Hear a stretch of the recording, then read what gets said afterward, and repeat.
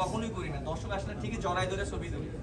তো জিনিসটা কি, আমরা ক্রিকেট প্লেয়ার, ক্রিকেট সোহান ভাই যেটা বললো, আমি মেহেদী হাসান মিরাজ হয়েছি ক্রিকেটের জন্য। আমার কিছুই ছিল না, কিছুই ছিল না, আমি ক্রিকেট দিয়ে সব পেয়েছি। সো আমরা ক্রিকেটকে যখন কেউ ডিসরেসপেক্ট করবে তখন তো অবশ্যই আমরা সবাই স্টান নিব। টু দ্য পয়েন্টে, মানে উনি যদি পদত্যাগ না করে তাহলে আপনারা খেলবেন না, তাই তো? এই ক্ষেত্রে আমরা আমাদের প্লেয়ারদের মধ্যে সবার একটা ডিসকাশন হয়েছে, সেটা হচ্ছে কালকে রাত থেকে বিভিন্ন সময় শুধু প্রসিডিওর কথা ওয়ার্ডটা খুব শুনতেছি। তো একটা পর্যায়ে এসে ওনারা ওএসডি করতে চেয়েছিল, বাট সেটা আমরা অ্যাকসেপ্ট করিনি।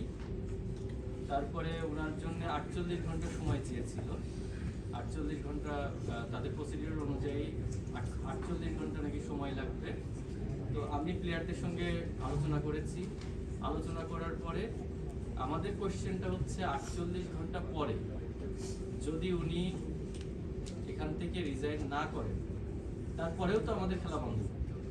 ওনারা এখন রিকোয়েস্ট করতেছে আমাদের খেলতে। আমরা যদি মাঠে আজকে ধরেন আমাদের প্রতিবাদ স্বরূপ প্রথম ম্যাচ আমরা ক্লোজ, প্রথম ম্যাচ আর হবে না।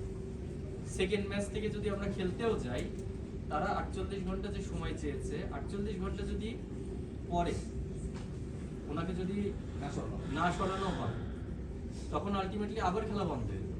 মানে এটাই তো জিনিসটাকে করতে হবে সত্যি। হ্যাঁ, আবার খেলা বন্ধ হয়ে যাবে। এখন আমরা মাঠে যাব একটাই শর্তে, বিসিবি থেকে ওনারা যদি আপনাদের সামনে এসে কমিটমেন্ট করেন যে ঠিক আছে আমরা গ্যারান্টি নিচ্ছি 48 ঘন্টার মধ্যে এই লোক থাকবে না বিসিবিতে, এবং যদি থাকে তখন ক্রিকেটাররা যে খেলা বন্ধ করবে সেটার জন্য তাদের উপরে কোনো দায়ভার যাবে না, এবং তার সম্পূর্ণ দায়িত্ব বিসিবি নিবে। এই শর্তে আমরা আবার মাঠে ফিরতে পারি। এটা যদি বিসিবি থেকে অফিসিয়াল ডিক্লেয়ারমেন্ট আসে। আমরা এইটা নিয়ে অলরেডি তাদের সাথে যোগাযোগ করেছি, কিন্তু আমাদেরকে কোনো ধরনের নিশ্চয়তা পাইনি।